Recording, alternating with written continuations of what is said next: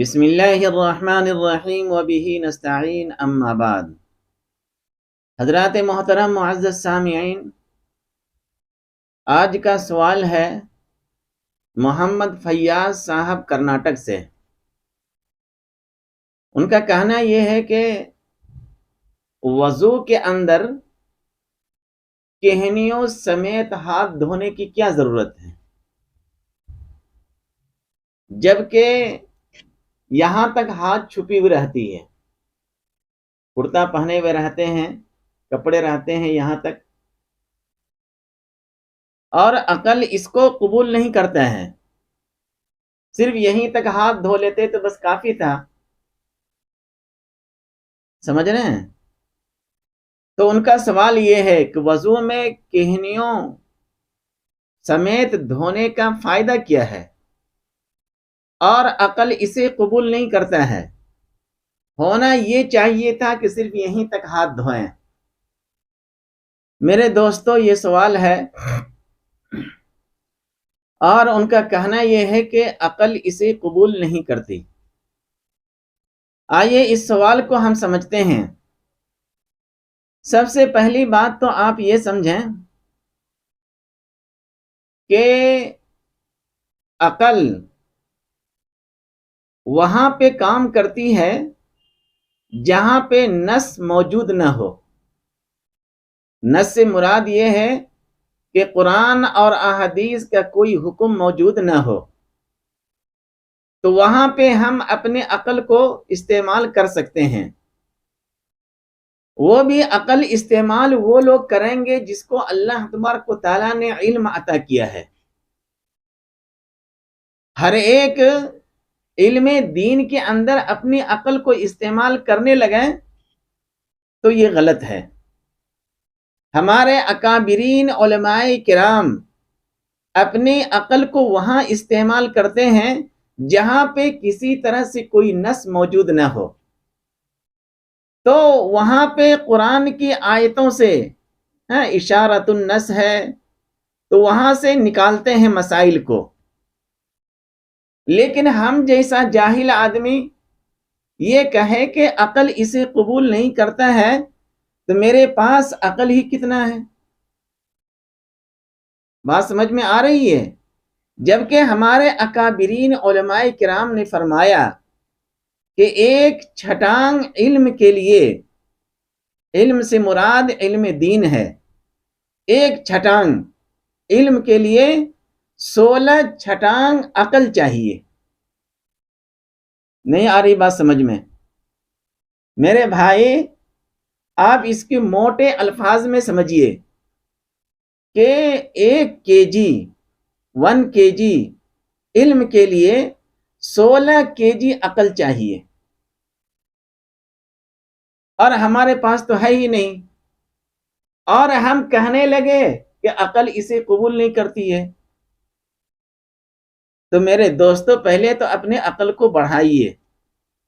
اور ہم لوگ عقل کو بڑھاتے کس سے ہیں؟ چھوہرا، منکا، کشمش، کاجو، بادام، یہ سب کھاتے ہیں تاکہ عقل بڑھے، جبکہ سرور کونین صلی اللہ علیہ وسلم کا فرمان موجود ہے کہ عقل بڑھتی ہے لوکی سے، جسے بعض الفاظ میں کدو کہتے ہیں۔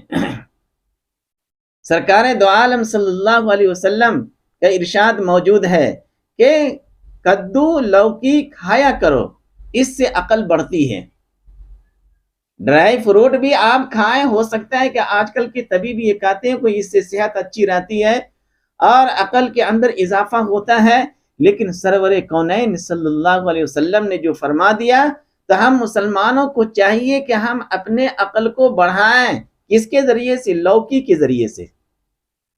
جب کبھی بھی گوشت لائیں تو اس کے اندر ڈالیں آپ، اور بہت پسند سے آپ صلی اللہ علیہ وسلم کھایا کرتے تھے لوکی، اور صحابہ کو بھی کہا کرتے تھے اس کو کھایا کرو، اس سے عقل بڑھتی ہے۔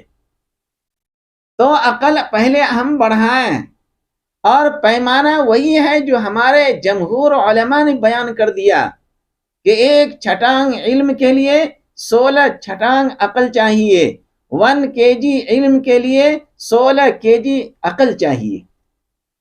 تب جا کر کے آپ اس علم کو سمجھ سکتے ہیں. ورنہ میرے دوستو، جہاں اللہ اور اللہ کے رسول صلی اللہ علیہ وسلم کا حکم آ جائے وہاں پہ ہم اپنی عقل کو نہیں دوڑا سکتے ہیں، بلکہ اپنے سر کو جھکا دیجئے کہ بس اللہ کا حکم ہے، سرکار دو عالم صلی اللہ علیہ وسلم کی سنت ہے، آپ صلی اللہ علیہ وسلم کا طریقہ ہے، یا صحابہ کا کوئی قول آ جائے سامنے، یا صحابہ کا کوئی طریقہ سامنے آ جائے، تو وہاں پہ ہم اپنی عقل کو نہ دوڑائیں. آ رہی بات سمجھ میں؟ یہ ایک بات ہوئی. دوسری بات یہ ہے کہ کہنیوں کا دھونا، اس کا تعلق وضو سے ہے. کس سے ہے؟ وضو سے. پہلے تو آپ یہ سمجھ لیں کہ وضو کے فرائض کتنے ہیں. وضو کرنا فرض ہے یا نہیں ہے؟ فرض ہے. یہ کہاں سے ثابت ہے؟ وضو کرنا فرض ہے، یہ ثابت کہاں سے ہے؟ تو قرآن شریف سے ثابت ہے. جب قرآن شریف سے ثابت ہے تو اب ہم کو وہاں پہ عقل دوڑانے کی ضرورت نہیں ہے. قرآن کے اندر سورہ مائدہ کے اندر آیت نمبر 6 کے اندر اللہ تبارک و تعالیٰ نے ارشاد فرمایا، یا ایھا الذین آمنوا اذا قمتم الی الصلاۃ فاغسلوا وجوہکم وایدیکم الی المرافق وامسحوا برؤوسکم وارجلکم الی الکعبین. یہاں پہ اللہ تبارک و تعالیٰ نے بتایا کہ وضو کے کتنے فرائض ہیں؟ 4 فرائض ہیں. کتنے فرائض ہیں؟ 4. اور یہ ثابت کہاں سے ہے؟ قرآن شریف سے. جب نص قطعی سے کوئی چیز ثابت ہو تو اب ہم عقل نہیں دوڑا سکتے ہیں. یہ 4 نہیں ہونی چاہیے بلکہ 5 ہونی چاہیے، 5 نہیں بلکہ 6 ہونی چاہیے.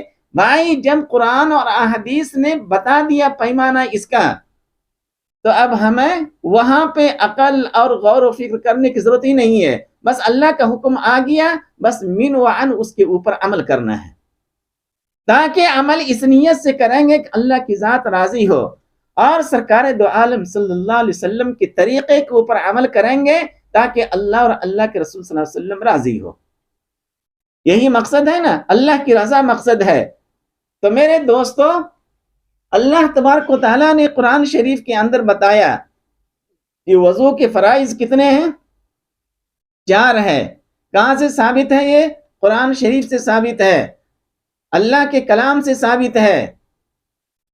اور یہ کریں گے کیسے؟ کس طرح ہم اس کو وضو کے اندر کریں گے؟ عمل کس طرح کریں گے؟ تو بتایا سرکار دو عالم صلی اللہ علیہ وسلم نے کہ پہلے نمبر کے اوپر چہرے کا دھونا، پیشانی کے بال سے لے کر کے ٹھوڑی کے نیچے تک، اور ایک کان کی لو سے دوسرے کان کی لو تک کیا کرنا ہے؟ چہرے کا دھونا ہے. یہ کہاں سے ثابت ہے؟ یہ فقہ سے ثابت ہے.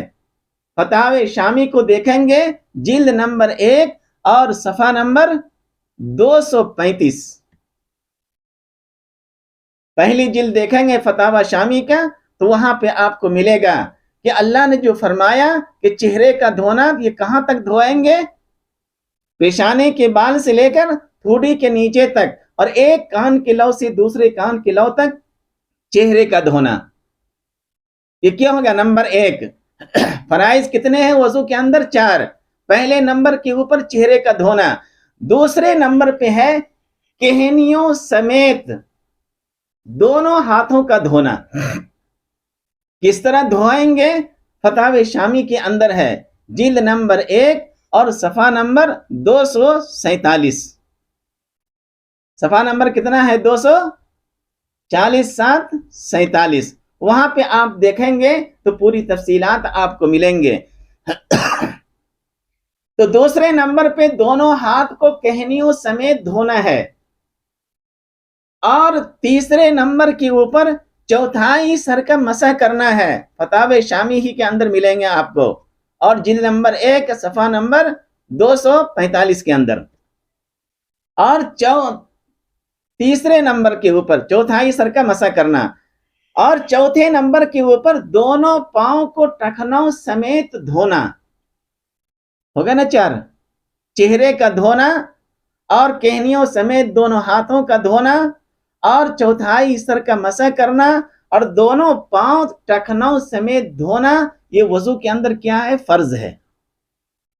اگر ان میں سے ایک بھی چھوٹ جائے تو آپ کا وضو نہیں ہوگا، اور جب وضو نہ ہو تو آپ کی نماز بھی نہیں ہوگی۔ آ رہی بات سمجھ میں؟ یہ دو باتیں ہو گئی۔ تیسری بات آپ یہ سمجھیے کہ عقل کی انتہا کیا ہے۔ یہ بات آپ سمجھیں گے تو آپ کہیں بھی کسی بھی مسئلے کے اندر آپ اپنی عقل کو استعمال نہیں کریں گے، اور خاص کر کے ہم جیسا جاہل آدمی، بھائی عقل وہ استعمال کریں گے، غور و فکر وہ کریں گے جن کی نگاہوں کے اندر قرآن شریف کی ہر ایک آیت ہو، اور احادیث کی پورے ذخیرہ ان کی نگاہوں کے اندر ہو۔ ایسا نہیں کہ ایک آیت ہم پڑھ رہے ہیں اور اس کا ترجمہ کر رہے ہیں اور دوسرے آیت کی مخالفت ہو رہی ہے، یا قرآن شریف کی ایک آیت کا ترجمہ کر رہے ہیں اور احادیث صحیحہ کی کسی ایک احادیث کی مخالفت ہو رہی ہو۔ اس طرح کی باتیں نہیں ہونی چاہیے۔ یہ اس طرح کے کام کون کریں گے؟ یہ ہمارے اکابرین علماء کرام کرتے ہوئے آ رہے ہیں اور تا قیامت تک کرتے رہیں گے۔ ہم جیسے جاہلوں کو چاہیے کہ سر جھکا کر کے جتنا بتایا گیا اس کے اوپر عمل کریں۔ تو بات یہ آ رہی ہے کہ عقل کی انتہا کیا ہے؟ یہی سوال، بعین ہی یہی سوال شاعر مشرق علامہ اقبال علیہ الرحمہ، معلوم ہے نا نام، کسی نے ان سے پوچھا کہ آپ یہ بتائیے کہ عقل کی انتہا کیا ہے؟ تو برجستہ جواب دیا وہاں پہ، کیونکہ شاعر تھے وہ، شاعر مشرق، بہت بڑے شاعر گزرے ہیں وہ۔ جب ان سے پوچھا گیا عقل کی انتہا کیا ہے تو کیا فرمایا؟ عقل کی انتہا حیرت ہے، عقل کی انتہا تعجب ہے، کہ انسان کو تعجب میں ڈال دے، انسان کو حیرت میں ڈال دے، یہ عقل کی انتہا ہے۔ پھر پوچھا گیا کہ حیرت کی انتہا کیا ہے؟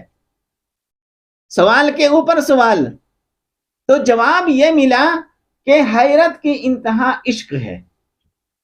کیا فرمایا؟ علامہ اقبال علیہ الرحمہ کی باتوں کو میں نقل کر رہا ہوں، جس طرح میں بول رہا ہوں تو علامہ اقبال علیہ الرحمہ نے بھی اسی طرح فرمایا۔ جب ان سے پھر پوچھا گیا کہ حیرت کیا ہے تو کیا جواب دیا؟ حیرت کی انتہا کیا ہے؟ حیرت کی انتہا عشق ہے۔ پھر سوال کیا گیا، عشق کا انتہا کیا ہے؟ عشق کی انتہا کیا ہے؟ تو میرے دوستو فرمایا عشق لا انتہا ہے، اس کی کوئی انتہا نہیں ہے۔ بات آ رہی سمجھ میں؟ سوال کرنے والوں نے کہا لیکن آپ نے تو لکھا ہے۔ کیا لکھا ہے؟ سوال کرنے والے کہہ رہے ہیں کہ حضرت آپ جو یہ بتا رہے ہیں کہ عشق کی کوئی انتہا نہیں ہے، عشق لا انتہا ہے، لیکن آپ نے تو لکھا ہے کہ تیرے عشق کی انتہا چاہتا ہوں۔ علامہ اقبال نے کیا فرمایا؟ ان کا شعر ہے، پہلا مصرع ہے، وہ سوال کرنے والے نے سوال کر رہا ہے کہ آپ یہاں پہ کہہ رہے ہیں کہ عشق لا انتہا ہے، اس کی کوئی انتہا نہیں ہے، لیکن آپ نے تو لکھا ہے، کیا لکھا ہے؟ تیرے عشق کی انتہا چاہتا ہوں۔ تو علامہ اقبال مسکرانے لگے۔ کیا فرمایا؟ مسکرانے لگے وہ، اور مسکراتے ہوئے کہا کہ میرے بھائی دوسرے مصرے میں نے اپنی غلطی کا اعتراف کیا ہے۔ کیا کہا علامہ اقبال نے؟ اس کا جو دوسرا مصرع ہے، اس دوسرے مصرے کے اندر میں نے اپنی غلطی کا اعتراف کیا ہے، اور وہ دوسرا مصرع کیا ہے؟ میری سادگی دیکھ کیا چاہتا ہوں۔ کیا فرمایا؟ میری سادگی دیکھ کیا چاہتا ہوں۔ تو میرے دوستو، آپ جب کبھی بھی عقل کو استعمال کریں تو پہلے عقل کی انتہا کیا ہے اور عقل کی کمیت کیا ہے، یہ ساری چیزوں کو دیکھنا پڑے گا، تب جا کر کے آپ یہاں پہ ڈائریکٹ کہہ رہے ہیں کہ وضو میں کہنیاں دھونے کی کوئی فائدہ ہی نہیں ہے، عقل اسے قبول ہی نہیں کرتی ہے۔ میرے دوستو، اب آئیے ہم اس جواب کی طرف۔ اس کا جواب آپ یہ سنیں، سمجھنے کی کوشش کریں، اچھی طرح ذہن نشی کریں اس کو. اس کے 2-3 الفاظ آپ سمجھیں. پہلے نمبر پہ کہنی پر 3 رگیں ہوتی ہے. آپ کسی اچھے ڈاکٹر، جو ماہر ڈاکٹر ہو، رگوں کا جو ڈاکٹر ہوتے ہیں، ان کے پاس آپ بیٹھیں اور ان کو اپنا ہاتھ یہ دکھائیں اس کو، اور ان سے پوچھنے کی کوشش کریں. تو میں سمجھتا ہوں اگر کوئی اچھے ماہر ڈاکٹر ہو تو وہ آپ کو بتائے گا کہ کہنی پر 3 بڑی رگیں ہوتی ہے. یہ جو کہنی ہوتی ہے نا ہاتھ کے، اس کے اندر 3 بڑی رگیں ہوتی ہیں، جس کا تعلق دل سے ہوتا ہے. اس رگ کا تعلق کس سے ہوتا ہے؟ دل سے. اور اس رگ کا تعلق کس سے ہوتا ہے؟ جگر سے. اور اس رگ کا تعلق کس سے ہوتا ہے؟ دماغ سے. اور جسم کا یہ حصہ عموماً کیا ہوتا ہے؟ ڈھکا ہوا رہتا ہے. ڈھکا ہوا ہے نا، یہ دیکھیے کپڑوں سے. بعض لوگ اور بہت ساری چیزیں پہن لیتے ہیں. ٹھنڈی کا موسم ہو تو جرکن وغیرہ یہاں تک پہنے ہوئے رہتے ہیں. پہنتے کہ نہیں پہنتے ہیں؟ عموماً یہ حصہ ڈھکا ہوا رہتا ہے. اور جبکہ یہاں پہ 3 بڑی رگیں ہیں. بات اچھی طرح سمجھیں گے، خاص کر کے فیاض صاحب جنہوں نے یہ کہا کہ وضو میں کہنیاں دھونے کی کیا فائدہ ہے؟ کوئی فائدہ ہی نہیں ہے، یہیں تک ہاتھ دھونی چاہیے، یہاں تک تو ڈھکے ہوئے رہتے ہیں. تو میری دوستو، آپ اچھی طرح پہلے نمبر پہ یہ سمجھیں، کہنی کے اوپر جو ہے یہ یہاں پہ 3 بڑی رگیں ہیں، جن کا تعلق کس سے ہے؟ دل سے ہے. جس کا تعلق جگر سے ہے، جس کا تعلق دماغ سے ہے. اور یہ حصہ عموماً کیا ہوتا ہے؟ ڈھکا ہوا رہتا ہے. رہتا ہے نہیں رہتا ہے؟ یہ ایک بات ہو گئی. دوسری بات، اگر اس کے اوپر اگر اس کو پانی اور ہوا نہ لگے، یہ جو ہے ہاتھ کہنیوں تک دیکھ رہے ہیں آپ، اگر اس کے اوپر پانی اور ہوا، یہ دونوں چیزیں اگر اس کے اوپر نہ لگے تو میرے دوستو کئی دماغی مرض پیدا ہو سکتے ہیں اور کئی اعصابی امراض پیدا ہو سکتے ہیں. آپ کا دماغ کام کرنا بند کر دے گا. آ رہی میری بات سمجھ میں؟ اس کے اندر جواب آپ کا چھپا ہوا ہے. یہ حصہ جو ہے کہنیوں سمیت، قربان جائیے سرور کونین صلی اللہ علیہ وسلم کی ذات کے اوپر، آپ صلی اللہ علیہ وسلم نے کہنیوں سمیت دونوں ہاتھوں کو دھونے کے لیے کہا. اور پھر اللہ کا حکم ہے الی المرافق، کہنیوں سمیت. پہلی بات آپ یہ بھی سمجھیں کہ اللہ تبارک و تعالیٰ کی جتنے بھی احکامات ہیں، ہر ایک حکم کے اندر کوئی نہ کوئی حکمت ضرور ہے،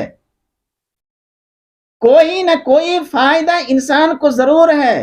دنیا کے اندر بھی فائدہ ہوتے ہیں اور آخرت کے اندر بھی فائدہ ہوں گے. ہاں، یہ الگ بات ہے کہ ہمارے پاس نہ علم ہے اور نہ عقل ہے، ہم اس حکمت تک پہنچ نہیں پاتے ہیں. لیکن اس کا مطلب یہ نہیں، اللہ نے جو بھی حکم دیے ہیں اپنے بندوں کو، تو ہر حکم کے اندر کوئی نہ کوئی حکمت ہے. اور یہاں پہ ہی دیکھ لیجئے آپ کہ یہاں پہ 3 بڑی رگیں ہیں، جن کا تعلق دل اور جگر سے ہے، جس کا تعلق دماغ سے ہے، اور عموماً یہ حصہ ڈھکا ہوا رہتا ہے. تو لیکن میرے دوستو، اگر اس کو پانی اور ہوا نہ ملے تو کئی قسم کے دماغی امراض پیدا ہو سکتے ہیں. یہ بھی ہو سکتا ہے کہ اگر اس کے اوپر ہوا اور پانی نہ ملے تو یہ آپ کا ہاتھ کام کرنا بند کر دے. اور اگر یہ ہاتھ کام کرنا بند نہ کرے تو بھی آپ کا دماغ کام کرنا بند کر دے گا. اور جب کسی انسان کا دماغ کام کرنا چھوڑ دے، ہو سکتا ہے کہ وہ مرے نہیں، لیکن اگر کسی انسان کا دل اور جگر کام کرنا چھوڑ دے تو وہ انسان زندہ رہے گا؟ بتائیے آپ. قربان جائیے آپ صلی اللہ علیہ وسلم کی ایک ایک سنت کے اوپر، ہر سنت کے اندر کوئی نہ کوئی حکمت چھپی ہوئی ہے، پوشیدہ ہے اس کے اندر، ہم اس حکمت تک نہیں پہنچ پاتے ہیں۔ لیکن میرے دوستو، مجھے پہنچنے کی ضرورت بھی نہیں ہے، بس اللہ کے رسول صلی اللہ علیہ وسلم کی سنت آ گیا سامنے اور ہم ہنستے کھیلتے اس کے اوپر عمل کریں، تاکہ اللہ بھی راضی ہو اور اللہ کے رسول صلی اللہ علیہ وسلم بھی راضی ہو۔ دو باتیں ہوئی۔ تیسری بات یہ کہ وضو میں کہنیوں سمیت ہاتھ دھونے سے، وضو کے اندر جو کہنیوں سمیت ہم ہاتھ کو دھوتے ہیں، اس سے کیا ہوتا ہے؟ اس سے آپ کا دل، جگر اور دماغ کو طاقت ملتی ہے، قوت ملتی ہے۔ کیا بولتے ہیں انگلش میں؟ انرجی۔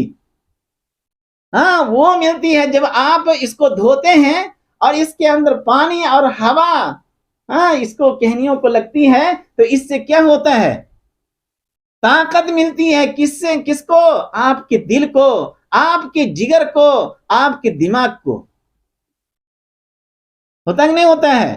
لیکن میرے دوستو، اسی طرح یہ اعضاء ان تمام امراض سے محفوظ رہتے ہیں۔ آئی بات سمجھ میں؟ اب معلوم ہوا کہنیوں سمیت دھونے کا حکم اللہ نے کیوں دیا ہے؟ سرکار دو عالم صلی اللہ علیہ وسلم کی سنت کیوں ہے؟ معلوم ہوا یا نہیں معلوم ہوا؟ اس وجہ سے میرے دوستو، جتنے بھی احکامات ہیں اللہ کے، جتنے بھی حکم ہیں آقائی مدنی صلی اللہ علیہ وسلم کے، ہم اس کے اوپر عمل کریں۔ ہمارے پاس نہ اتنا دماغ ہے، نہ عقل ہے، نہ علم ہے کہ ہم وہاں تک پہنچیں۔ بس معلوم یہ ہو گیا کہ وضو کے فرائض اتنے ہیں اور اس فرائض کے اوپر ہم عمل کریں، اور اس کے اندر بہت سارے فائدے ہیں۔ اتنے فائدے ہیں کہ ایک کتاب ہے جس کا نام ہے وضو اور سائنس۔ کتاب کا نام کیا ہے؟ وضو اور سائنس، اور صفحہ نمبر 14، وہاں پہ آپ جا کر کے دیکھیں گے، یہ پوری تفصیلات جو میں بیان کر رہا ہوں آپ کے سامنے آ جائیں گے، اور بہت کچھ سامنے آئیں گے۔ تو میرے دوستو، آپ شریعت کو عقل کے پیمانے میں تولنے کی کوشش نہ کریں جبکہ ہمارے پاس علم ہی نہیں ہے۔ یہ غور و فکر کرنے کا حکم اللہ تبارک و تعالیٰ نے ہمارے اکابرین علماء کرام کو دیا ہے، جن کی نگاہوں میں قرآن کی تمام آیتیں ہوتے ہیں۔ وہ سمجھتے ہیں کہ زبر ہے تو کیوں ہے، زیر ہے تو کیوں ہے، پیش ہے تو کیوں ہے، وہ سمجھتے ہیں اور اس حساب سے ترجمہ کرتے ہیں۔ عربی گرامر کو وہ سمجھتے ہیں، نحو اور صرف کو وہ سمجھتے ہیں، اور اس حساب سے وہ اس کا ترجمہ کرتے ہیں، اور پھر وہاں سے مسائل کا استخراج کرتے ہیں۔ تو میرے دوستو، اللہ تبارک و تعالیٰ سے دعا کریں کہ اللہ تبارک و تعالیٰ ہمارے اکابرین کا جو سایہ ہے ہمارے اوپر تا قیامت تک قائم رکھے۔ بہت سارے مسئلے ایسے ہیں جو کہیں بھی حل نہیں ہوگا، وہ ہمارے علماء کرام کے پاس پہنچیں، وہ حل ہو جائے گا۔ آ رہی بات سمجھ میں؟ تو میرے دوستو، یہ سوال آیا تھا، میں نے آپ کے سامنے رکھ دیا، اور آپ اسے دوسرے بھائیوں تک پہنچائیں تاکہ دوسرے بھائی بھی اس سے فائدہ اٹھا سکیں۔ جب وہ عمل کریں گے، اس کو جان لیں گے اور عمل کریں گے تو خوشی خوشی کریں گے، وہ اس کے اندر اتنے فائدے ہیں۔ دعا ہے کہ اللہ تعالی ہم لوگوں کو دین کی سمجھ عطا فرماوے، آمین۔